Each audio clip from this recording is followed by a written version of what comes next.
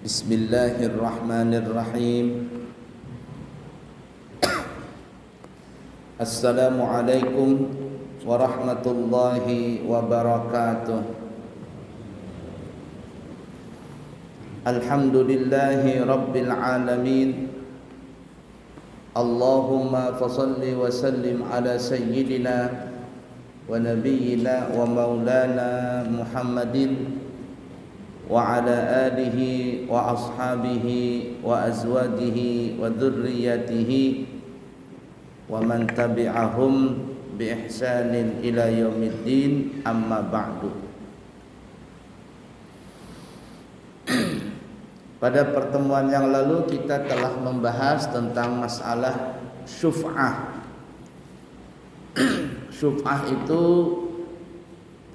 yang kita terangkan pada pertemuan yang lalu itu contohnya seperti ada dua orang yang bersyarikat, atau orang Balikpapan menyebutnya kongsian. Ada dua orang berkongsi dalam sebidang tanah, memiliki sebidang tanah atau sebidang kebun atau sebidang tambak dan lain sebagainya. Bersyarikat, berkongsi bahasa kitanya untuk memiliki barang-barang atau benda-benda yang kita sebutkan tadi, seperti kebun, sawah, tanah, tambak, rumah dan lain sebagainya. Kemudian salah satu di antara kedua ini menjual haknya tadi, menjual kepemilikannya itu kepada orang lain tanpa sepengetahuan kongsiannya. Umpama A dan B berkongsi, bersyarikat dalam sebidang tanah umpama. Kemudian tiba-tiba A menjual kepemilikannya ini kepada si C tanpa sepengetahuan si B, tanpa seizin si B, tanpa kerelaan si B. Maka si B ini boleh memaksa untuk mengambil haknya si A tadi yang telah dijual kepada si C dengan secara paksa.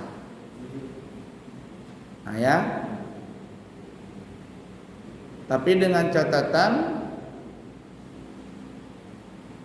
kalau seandainya si B ini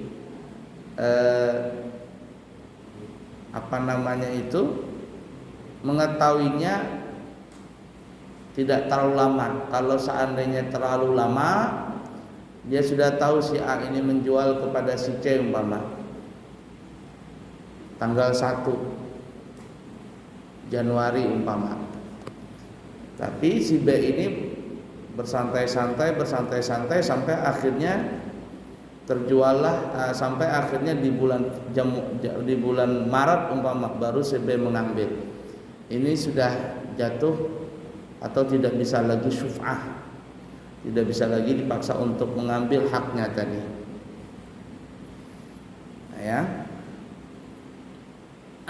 Kemudian kita sebutkan juga pada pertemuan yang lalu, masalah syuf'ah ini tujuannya adalah supaya salah satu orang yang berkongsi atau yang bersyarikat ini tidak tertekan atau tidak merasa bahasa kitanya itu merasa janggal atau apa dengan orang yang baru, dengan syarikat baru. Bisa saja nanti A dan B ini sebenarnya cocok, tapi karena A perlu duit dia jual dengan C. Ternyata si B ini tidak cocok dengan si C. Nah, itu yang dikhawatirkan dalam masalah seperti itu tuh yang jadi masalah. Maka dalam masalah ini syuf'ah di dalam syariat kita dibolehkan. Tapi dengan catatan bahwa barang yang disyarikatkan ini tidak jelas batasannya.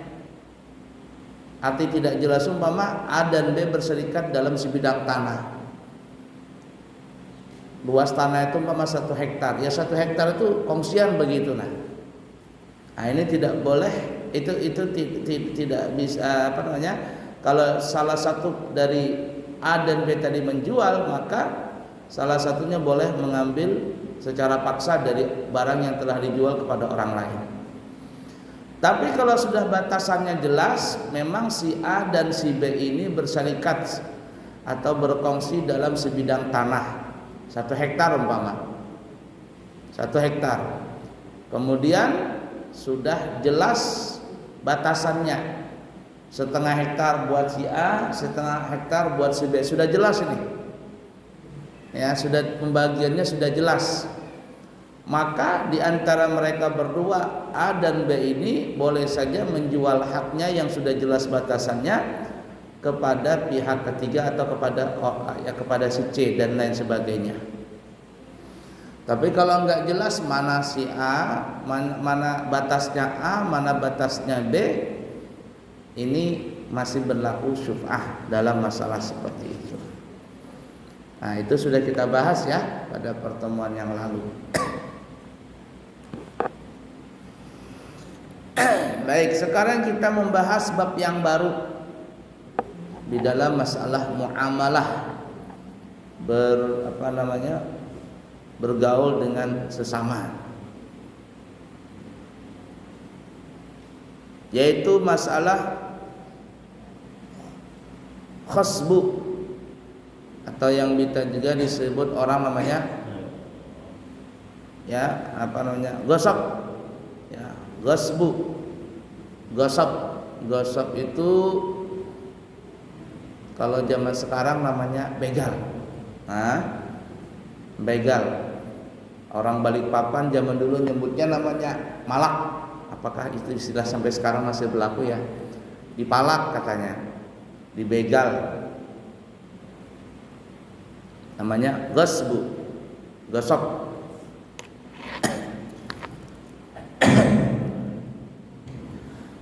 Gosbu ialah mengambil hak orang lain dengan cara paksa dan aniaya. Mengambil hak orang lain secara paksa dengan cara dan aniaya, ya, secara zalim lah. Kalau secara paksa berarti namanya gosok. Apa saja yang mengambil secara paksa itu namanya gosok, merampas. Begal bahasa kitanya. Ini berbeda-beda ya dalam istilah kita itu. Merampok beda, mencuri beda, merampas beda. Merampas itu bahasa kitanya kita digosok. Kalau merampok itu bahasa Arab namanya qati'ut tariq. Qati'ut tariq itu ya perampok, penyamun. Orang Malaysia, orang Melayu menyebutnya penyamun. Nah, perampok itu biasanya di tengah jalan.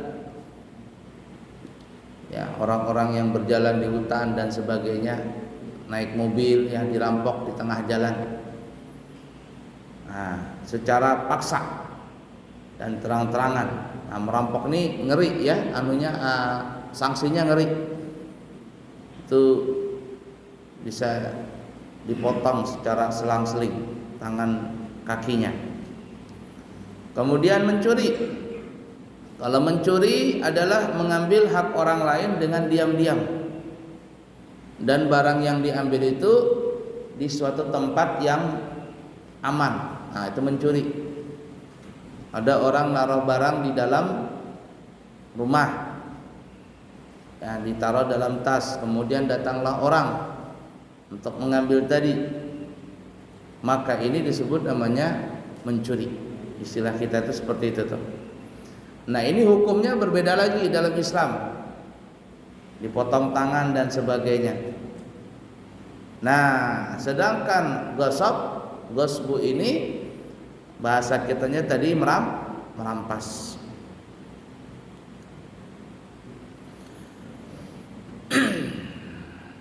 Begal, orang zaman sekarang nyebutnya begal. Hukum gosok merampas ini adalah haram dan termasuk dosa besar. Disebutkan di dalam Al-Quran, surah Al-Baqarah 188. A'udzu billahi minasyaitonir rajim. Wala ta'kulu amwalakum bainakum bil batil. Dan janganlah sebagian kalian memakan harta sebagian kalian dengan cara yang batil, dengan cara yang salah. Dalam surah Al-Mutaffifin ayat 1 sampai 3 juga disebutkan, A'udzu billahi minasyaitonir rajim. Bismillahirrahmanirrahim. Wailul lil mutaffifin alladzina idza iktalu 'alan nasi yastawfun wa idza kaluhum aw wazanuhum yukhsirun. Kecelakaan besar bagi orang-orang yang curang, itu orang yang apabila menerima takaran dari orang lain mereka minta penuhi. Jadi kalau dia beli sama orang lain, minta ditambahi, sekurang-kurangnya harus pas timbangannya. Tapi sebaliknya, dan apabila mereka yang menakar, kalau dia yang menjual atau menimbang untuk orang lain, maka dia menguranginya. Ini mutaffifin, celaka dia orang tadi, masuk dalam neraka wail namanya. Ini hati-hati ya ibu-ibu, mohon maaf ya, ibu-ibu yang belanja di mana namanya itu, pakai sepeda motor atau pakai yang mobil-mobil lewat di apa namanya itu, ya di komplek atau di mana. Ya, sayur bu, sayur, ikan bu, ikan. Timbang semuanya. Namanya ibu-ibu, bisa diskon kah pak? Tambahinlah ini, tiba-tiba masukin lombok kah, sebiji 3 biji umpama. Ini dipaksa penjual tadi, harga perkenalan kan masukin 3 biji. Dipaksa orang untuk penjual ini dipaksa untuk nambahi punya timbangannya dia. Tapi ketika dia jual ke orang lain dikuranginya. Ini mutaffifin, orang yang kalau dia menimbang dikurangi, tapi kalau dia minta ditimbang, ya alias dia beli minta dipenuhin. Dalam riwayat Daruqutni, Nabi bersumber dari Sayyidina Anas bin Malik radhiyallahu taala anhu, qala Nabi sallallahu alaihi wasallam, telah bersabda Nabi kita Muhammad sallallahu alaihi wasallam, la yahillu malum ri'in muslimin illa bi thaybi nafsihi. Tidak halal harta seorang muslim kecuali dengan baik hatinya. Artinya kita tidak boleh mengambil harta sesama muslim kecuali dengan yang baik. Yakni dengan jual beli atau diberi atau diberikan hadiah. Tapi kalau dipaksa tidak boleh. Itu ya, begal. Dipaksa orang untuk ngurangin, untuk nambahin gitu.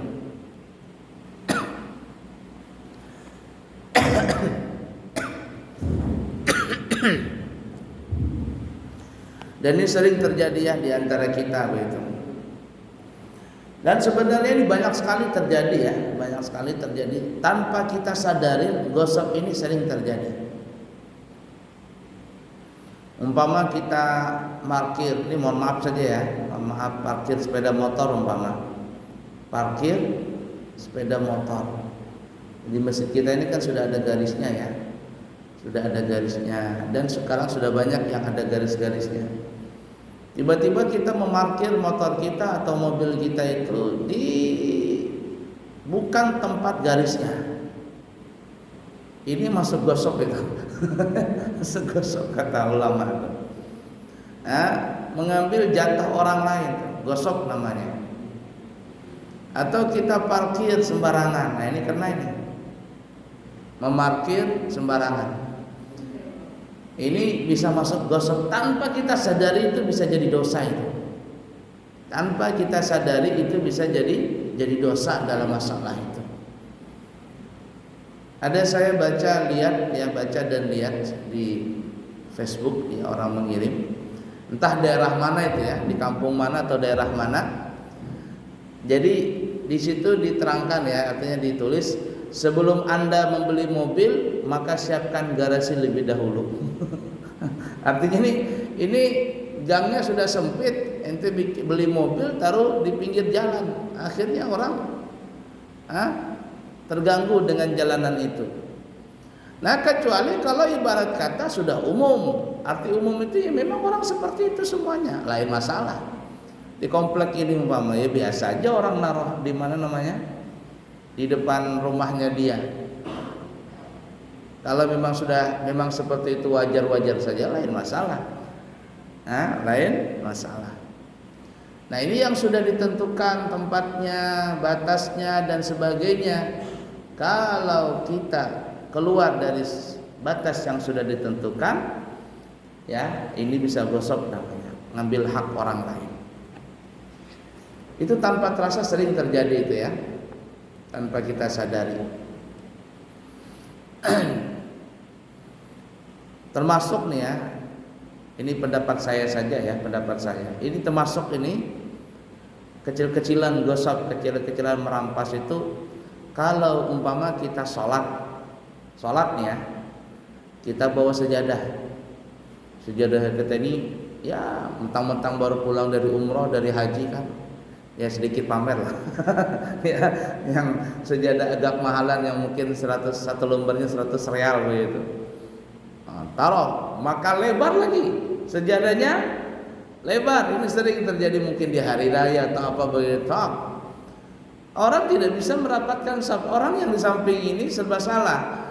Mau ngerapatin saf, diinjak sejadahnya orang ini, tidak merapatkan saf, ya renggang. Ya akhirnya begitu yang terjadi. Mentang-mentang dia punya sejadah, plok, taruh sejadah, dia saja yang makai di situ. Gosok ini.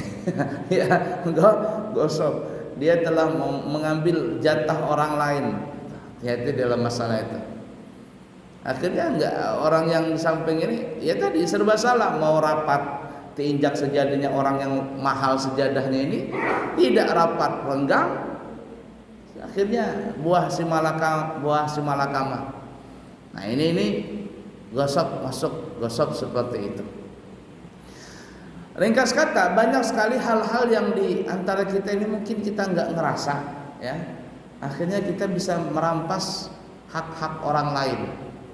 Ya, hak-hak orang lain atau mungkin merampas daripada keperluan orang lain tadi tanpa kita merasa, ya artinya tanpa kita sadari bisa terjadi masalah itu. Ya, ala kulli hal. Yang terutama tadi itu ya di parkir, di mana-mana itu terkadang kita susah juga melihat seperti itu.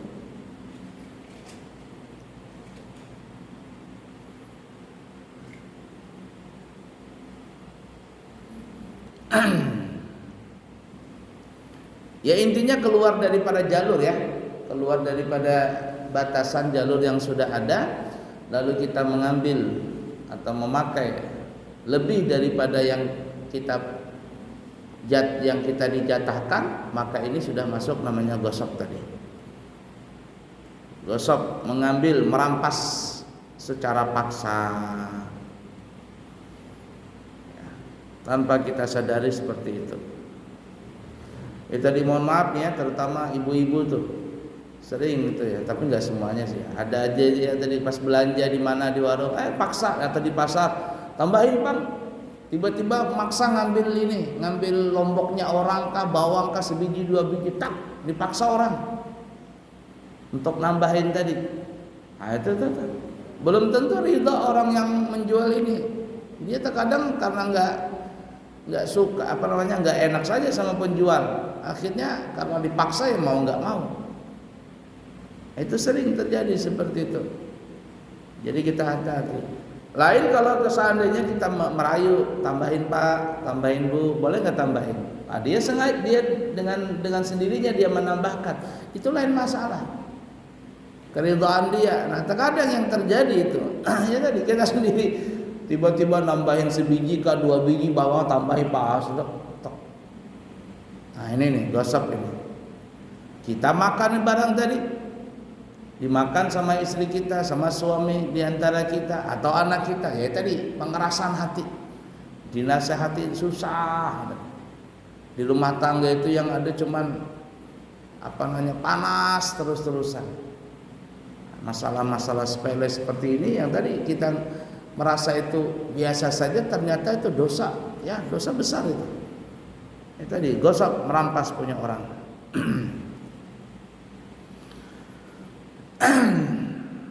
Nah juga sering terjadi ya, mohon maaf, umpama ada orang parkir motor begitu, parkir motor, ya sudah benar motornya, kemudian karena kita asik ngobrol begitu, ngobrol sama teman atau apa, motor orang kita dudukin, di situ kita dudukin motornya, motornya, gosip itu barangnya nggak diambil tapi manfaatnya diambil, duduk kita di situ.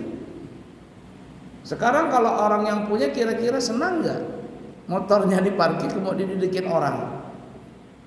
Mungkin orang yang punya ini merasa pasti merasa nggak enak, merasa nggak suka didudukin motornya. Cuman karena terpaksa dan sebagainya ya pura-pura suka.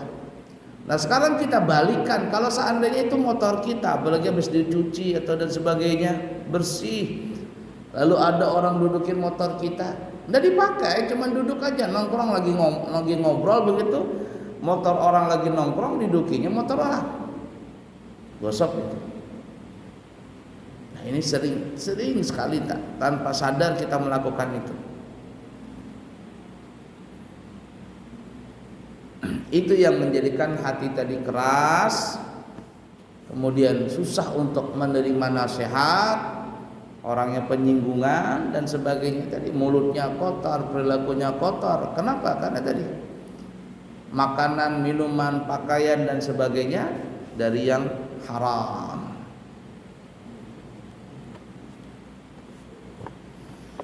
Kewajiban orang yang gosip atau yang merampas tadi, orang yang merampas itu wajib mengembalikan barang yang dirampasnya dan mengganti kerusakan atau kekurangannya. Ya, jadi kalau dia mengambil hak orang lain, wajib mengembalikan. Kerusakannya wajib. Atau begitu juga ongkos sewanya. Ongkos sewanya. Jadi kalau seandainya umpama kita parkir ya, di tempat orang yang tadinya umpama kita itu cuma jatah kita satu parkir, kita pakai dua lahan parkir, mobil kita menyimpang begitu. Ini kalau mau hukumnya ya mau selamat dunia akhirat, paksa dua parkir kita bayar itu. Nah seperti itu. Kalau orang yang punya tadi, saya nggak ridho Pak, itu Bapak ngambil dua lahan parkir itu diambil Bapak, ya sudah, nggak bisa keras-kerasan. Kalau dia maksa, kita memang ada buktinya, paksa kita bayar. Dan itu seperti itu hukumnya, supaya kita selamat di akhirat nanti. Nah, yang juga ngambil barang orang ya tadi beli bawang, tiba-tiba maksa nambahin sebiji 2 biji, wajib mengembalikan itu. Atau barangnya sudah diambil dan dibawa, ya sudah, berapa kemarin pernah ngambil, bayarin, wajib dibayarin itu kalau ingin selamat di akhirat nanti. Kalau dia berupa manfaat saja, ya sewanya, seperti yang kita tadi katakan, parkir tadi atau apa sebagainya, maka lahan sewanya yang kita bayarkan. Jika barang yang dirampas hilang dari tangan orang yang merampas, hilang sudah, atau sudah dimakannya dan sebagainya, maka wajib mengganti dengan harganya. Berapa harganya? Ganti. Atau dengan sesuatu yang serupa dengan barang yang hilang. Kalau memang ada mirip-miripannya, ada samaannya, ganti.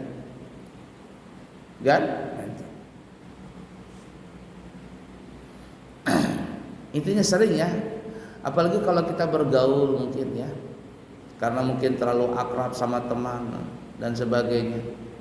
Tiba-tiba ini yang sering yang rame-rame di pesantren atau di kos-kosan, di mahasiswa dia, mahasiswa di kos-kosan dan sebagainya. Terkadang tuh nggak sadar itu. Ngambil sampo temannya, ngambil sabun temannya, ngambil odol temannya, atau pakai baju temannya. Baju temannya dipakainya tanpa bilang-bilang. Gosok namanya nih. Gosok. Ini tanpa sadar, pakai sendal temannya. Nih, sendal di masjid ini. Tiba-tiba pas mau keluar sebentar, sendal siapa? Langsung pakai begitu. Haram hukumnya. Gosok itu namanya. Jadi kalau ada sendal orang begitu dan ada pemiliknya, kita pakai sebentar. Ke WC kemana begitu, kita kembalikan, taruh di tempatnya lagi. Gosok itu, karena dosa sudah. Makanya sebelum makai minta ini punya siapa, boleh minta izin. Kalau boleh Pak, silakan, aman sudah. Pokoknya banyak ya dalam kehidupan kita ini yang kita tanpa sadar masuk gosok tadi, merampas tadi itu, tanpa kita sadari itu. Dan itu dosa sebenarnya, dosa sekali. Ada disebutkan dalam kitab ya, kalau tidak salah kitab Ihya Ulumuddin itu di seorang perempuan menjahit baju. Zaman dulu kan apa namanya itu, tidak ada listrik kayak kita ini. Menjahit baju pakai lampu minyak ya, lilin lah bahasa kita sekarang, lampu minyak, lampu api. Jahit dia, tiba-tiba di depan rumahnya dia ini ada orang jalan bawa obor. Tentu apinya lebih terang, bawa obor dia. Begitu. Kemudian orang yang di depan rumahnya ini lewat, orang yang bawa obor lewat di depan rumahnya, begitu. Ketika orang ini lewat di depan rumahnya perempuan ini, si perempuan ini langsung berhenti dia menjahit. Berhenti menjahit. Yang tadi dia menjahit, tiba-tiba dia berhenti. Setelah orang ini lewat ya sudah, baru dia melanjutkan jahitannya. Lalu ditanya sama orang, kenapa ibu tadi berhenti waktu menjahit? Katanya, saya menjahit dengan lampu saya yang cahayanya tidak terlalu terang. Orang itu membawa obor, cahaya apinya lebih terang. Kemudian dia lewat di depan rumah saya, cahayanya itu masuk ke rumah saya. Kalau saya mengambil manfaat untuk menjahit di situ, seakan-akan saya mengambil manfaat cari cahaya tadi. Masya Allah, segitunya tuh perempuan tadi. Saking berhati-hatinya dalam masalah cahaya pun perempuan ini nggak mau. Tuh luar biasanya orang tadi. Ada ulama juga lewat begitu, hujan ya, jalan gitu hujan, tiba-tiba hujan, kemudian dia mau berteduh. Ada rumah orang, apa namanya, kanopi kah bahasa itanya tuh, kalau atapnya orang tuh, nah tuh ya. Mau berteduh di samping rumah, nggak mau dia. Pas mau berteduh nggak mau dia hujan-hujanan saja di bawah. Kenapa kata orang kita berteduh?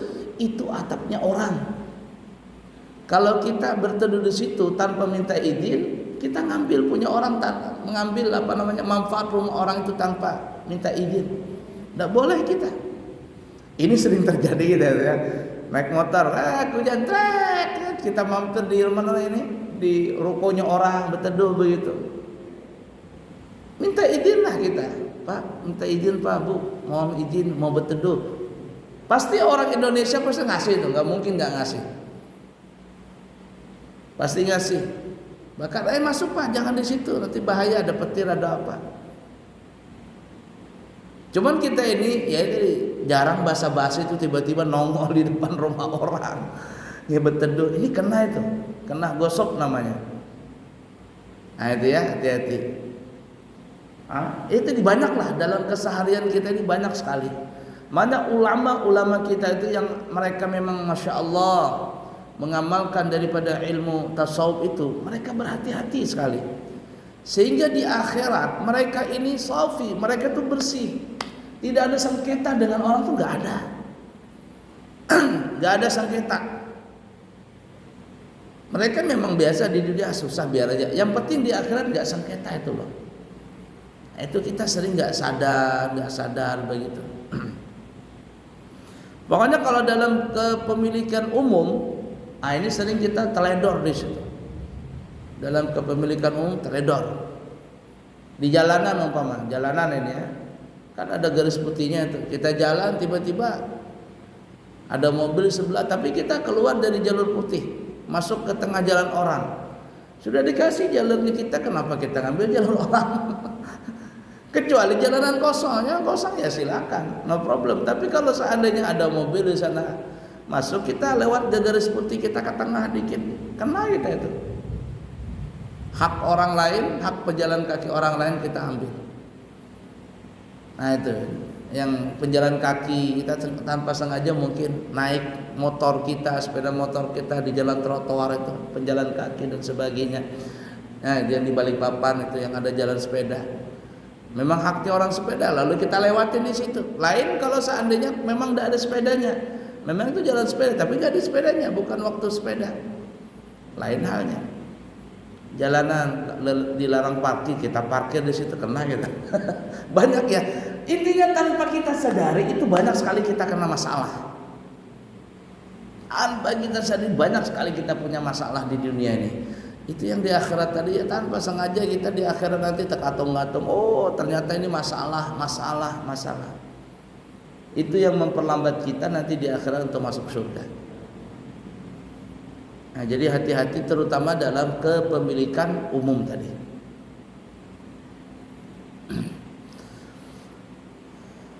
Khalifah yang termasuk adil ya, Umar ibn Abdul Aziz. Itu bukan Umar bin Khattab ya, Umar bin Abdul Aziz. Beliau itu ketika jadi khalifah, di suatu malam ketika beliau sedang bekerja di kantor ya, ada yang diurus gitu. Ada yang ngetok pintu, tok tok tok tok. Jadi kata beliau, siapa di luar? Aku Fulan bin Fulan katanya. Oh, iya ada apa? Ternyata ini keluarganya Umar bin Abdul Aziz. Ada apa? Saya kepengen bicara. Silakan masuk. Masuklah orang ini, keluarganya Umar bin Abdul Aziz ini. Kata Umar bin Abdul Aziz, engkau datang ke sini untuk berbicara denganku. Masalahnya masalah apa? Masalah keluarga kah atau masalah apa? Masalah negara. Katanya saya datang ke sini untuk masalah keluarga. Ketika Umar bin Abdul Aziz mendengar orang ini datang ke sini untuk berbicara masalah keluarga, lampu minyak itu langsung dimatiin, tek. Langsung dimatiinnya, tek. Jadi orang ini bilang, kenapa ya Umar kita bicara kok gelap-gelapan ini?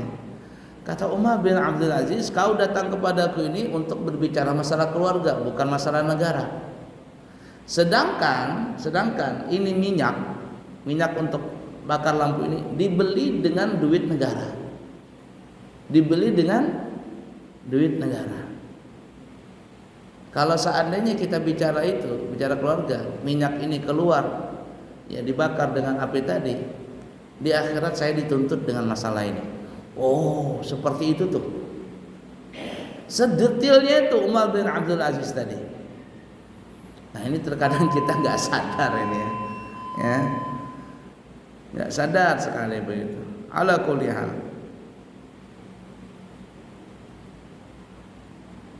Ya banyak lah ya. Jadi kalau kita bicarakan masalah ini, memang banyak kita sadar nggak sadar, banyak terkadang kita memakai hak orang lain yang kita pikir itu biasa-biasa, tapi itu bermasalah itu ya, di akhirat bermasalah. Intinya dalam permasalahan umum hati-hati kita. Terkadang kita tadi mengambil hak orang lain, itu masuk namanya gosok. Itu umum tuh ya, apalagi memang punya orang pribadi kita ambil, oh tambah parah itu. Baik barangnya diambil atau manfaatnya yang diambil, maka ini termasuk gosok. Itu lebih parah lagi.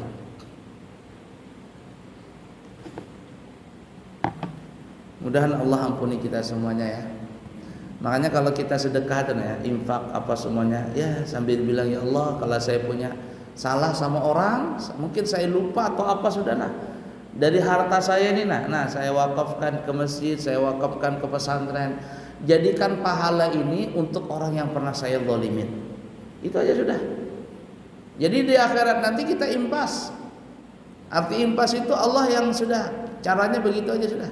Kata Allah, kamu memang dulu pernah ini. Iya ya Allah. Sengaja nggak sengaja. Nah tapi kamu sudah niatkan ini dulu di dunia, menginfakkan hartamu, mewakafkan hartamu untuk orang-orang yang mungkin pernah kau zalimi. Ya Allah. Kita di akhirat aman sudah, impas kita. Tapi kalau seandainya nggak begitu, di akhirat nggak bisa diganti dengan harta, pahala. Akhirnya apa? Pahalanya habis, dosa yang ditumpuk. Itu yang Nabi pernah bertanya kepada sahabat, Al Arab tumanin muflis. Kalian tahu siapa itu muflis? Muflis orang bangkrut. Tahu nggak kata Rasulullah orang bangkrut itu? Kata para sahabat, la dirhama wala dinara. Orang nggak punya uang, nggak punya dinar, nggak punya dirham. Kata Nabi, ya mungkin itu dari segi zahir. Tapi kata Nabi, orang yang bangkrut itu bukan begitu maksudnya. Maksudnya kata Nabi, nanti ada orang di akhirat membawa pahala salat, membawa pahala puasa, membawa pahala haji, banyak yang dia bawa. Sudah mau masuk surga ini, tiba-tiba orang-orang yang pernah dia zalimi ketika di dunia datang kepada Allah, ya Allah, ini fulan telah menzalimi aku waktu di dunia. Banyak orang-orang datang. Maka orang yang tadi banyak membawa pahala mau masuk surga ditahan sama Allah, tahan dulu. Selesaikan dulu masalahmu ini. Pahala salatnya, pahala hajinya, dilimpahkan kepada orang-orang yang pernah dia zalimi. Ternyata apa? Pahalanya nggak cukup.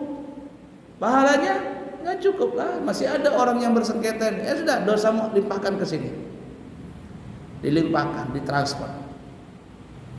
Akhirnya apa? Yang tadi mau masuk surga, akhirnya langsung masuk neraka. Itu ibarat kata pepatah, sudah jatuh ketimbang tangga lagi, kejatuhan cat lagi. Sudah jatuh dari tangga kena tetidis tangga, kejatuhan cat, apalagi konslet lagi, lengkap sudah ya. Tukang sudah jatuh ketimbang tangga, kejatuhan cat, kena konslet lagi, lengkap sudah. Itu rugi sama sekali. Nah, jadi berhati-hati kita dalam masalah ini. Makanya ada orang yang begitu tuh, orang tasawuf tuh sudah, mereka terkadang sedih, yang senang tinggal di hutan, senang di tempat pribadi, nggak ganggu orang, nggak mau ganggu orang, ya, nggak mau ganggu orang dan tidak mau diganggu. Karena kalau ganggu orang dia yang berdosa, kalau diganggu orang dia yang rugi terkadang. Ala kulli hal seperti itu. Nah terakhir masalah begal juga ya. Membela diri terhadap orang yang menganiaya. Jadi kalau ada orang yang membegal lalu kita lawan, gimana ini? Kita lihat. Membela diri terhadap orang yang menganiaya itu hukumnya jaiz, boleh. Kalau memang kita memang ahli silat, ayo lawan. Boleh kita lawan. Meski sampai membunuh. Ya, cuman dihukum orang kita ini repot. Ada di mana tuh? Terjadi tahun berapa itu? Orang dibegal, kemudian yang dibegal ini mungkin ahli silat dan sebagainya. Dibaliknya mati yang dibegal, mati orang yang membegal tadi, masuk penjara dia. Nah, repotnya. Melawan diri, membela diri, membunuh perampok, akhirnya dia yang dimasuk penjara. Kita lihat hukumnya dalam Islam ya, bukan pandangan dari hukum kepolisian di kita. Tapi waktu pernah terjadi ya, akhirnya protes orang, kalau begitu gimana Pak? Kita serahkan nyawa kita. Kalau dibegal gimana? Ya kata polisi, ya sekurang-kurangnya kalau jangan keluar malam. Jangan keluar malam. Kalau mau keluar malam berdua, bertiga katanya. Nah repot. Kalau kita pulang kerja gimana? Di Jakarta itu orang pulang bisa tengah malam. Nah itu repotnya. Nah ujung-ujungnya kalau nggak salah dilepaskan juga, kalau nggak salah yang membunuh begal ini dilepaskan juga. Nah ya, jadi membela diri ketika dianiaya orang, membela harta kita, nyawa kita, boleh hukumnya. Bahkan kalau seandainya jago silat, membunuh orang yang membegal itu nggak apa-apa. Kalau kita tidak terhindar dari kezalimannya, kecuali dengan melakukan pembunuhan kepadanya. Kalau memang nggak bisa lagi, kalau kita nggak melawan, kita yang dibunuhnya, umpamanya ya, maka dengan membunuh orang yang seperti itu tidak berdosa, alias tidak kena qisas. Disebutkan di dalam Imam Muslim dan Imam Ahmad, bersumber daripada Abu Hurairah radhiyallahu taala anhu, beliau berkata, jaa rajulun faqala ya Rasulullah, ara'aita in jaa rajulun yuridu akhdha mali, qala fala tu'tihi malaka, qala ara'aita in qatalani, qala qatilhu, qala ara'aita in qatalani, qala fa anta syahidun, qala ara'aita in qataltuhu, qala huwa finnar. Perhatikan ini hadis untuk melawan begal. Abu Hurairah radhiyallahu taala berkata, ada seorang laki-laki bertanya kepada Rasulullah sallallahu alaihi wasallam. Dia datang tanya, "Ya Rasulullah, bagaimana pendapatmu jika ada orang hendak mengambil hartaku, mau merampas hartaku?" Lalu Nabi kita menjawab, "Jika engkau berikan hartamu kepadanya." Kata Nabi, jangan kau berikan. La tu'tihi, fala tu'ti, jangan kau kasihkan hartamu kepada orang itu. Ya, ini ada orang mau ngerampok, jangan kasihkan. Lalu orang tadi bertanya lagi, bagaimana kalau dia hendak membunuhku? Jawab beliau, engkau lawan. Kalau dia orang ini mau membunuhmu, mau mengancam, lawan. Kalau kamu memang ada keberanian, lawan, kata Nabi. Lalu orang ini bertanya, bagaimana kalau dia membunuhku? Kata Nabi, kalau perampok itu membunuhmu, anta syahid, maka engkau orang yang mati syahid. Maksudnya syahid akhirat, kau surga, jangan takut. Lalu bagaimana kalau aku yang membunuh dia? Ya, kelahi ternyata hebat aku nih ya Rasul, bisa silat, bunuh perampok itu. Bagaimana orang itu? Huwa finnar, orang itu dalam neraka, kata Nabi. Ini yang dalil boleh melawan perampok tadi. Kalau memang kita memang ada keberanian ngelawan, lawan. Ya, lawan di situ. Jadi kalau seandainya yang melawan itu mati syahid dia. Kalau perampoknya mati, neraka dia. Makanya waktu ada kasus itu di Indonesia, banyak orang berkomentar tentang hadis ini. Oh, bagaimana dengan hadis Nabi ini? Terpojoklah polisi itu. Lalu apa? Sekurang-kurangnya kata polisi, kalau mau keluar itu berdua, jangan keluar malam, dan juga jangan kalau mau keluar juga terpaksa berdua, bertiga, jangan sendiri katanya. Lalu gimana kalau seandainya terpaksa? Ya serahkan aja hartamu. Diprotes polisi itu, diprotes sama orang, sama masyarakat. Akhirnya ujung-ujungnya kalau nggak salah dilepaskan juga, karena ada pembelaan diri. Ya ala kulli hal seperti itu ya. Kembali kepada kita diri masing-masing. Jadi perhatikan diri kita, terutama di dalam masalah umum ya, dalam pemilikan umum. Maka kalau kita berjalan atau apa sajalah ya, hati-hati jangan sampai kita mengambil manfaat daripada hak umum itu yang bukan hak kita. Di dalam masalah perjalanan, dalam masalah apa sajalah ya, apa saja yang kita sebutkan tadi, berhati-hati supaya kita tidak bersengketa di akhirat nanti. Baik, kiranya cukup sekian. Semoga ada manfaatnya. Untuk November keberangkatan umrah tanggal 30 Desember, tanggal 24 Desember, yang Januari tanggal 15 Januari kalau tidak salah. Siapa tahu ada yang kepingin berangkat umrah, 9 hari 29 juta sudah dari Balikpapan, 12 hari 32 juta juga dari Balikpapan. Ada yang kepingin haji furoda, tahun depan langsung berangkat, haji ekonomis bintang 3 185 juta, bintang 5 195 juta. Ya, itu beda 10 juta.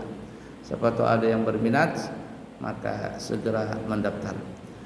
Semoga ada manfaatnya. Subhanakallahumma wa bihamdika asyhadu an la ilaha illa anta astaghfiruka wa atubu ilaih. Wa akhiru kalam, wassalamualaikum warahmatullahi wabarakatuh.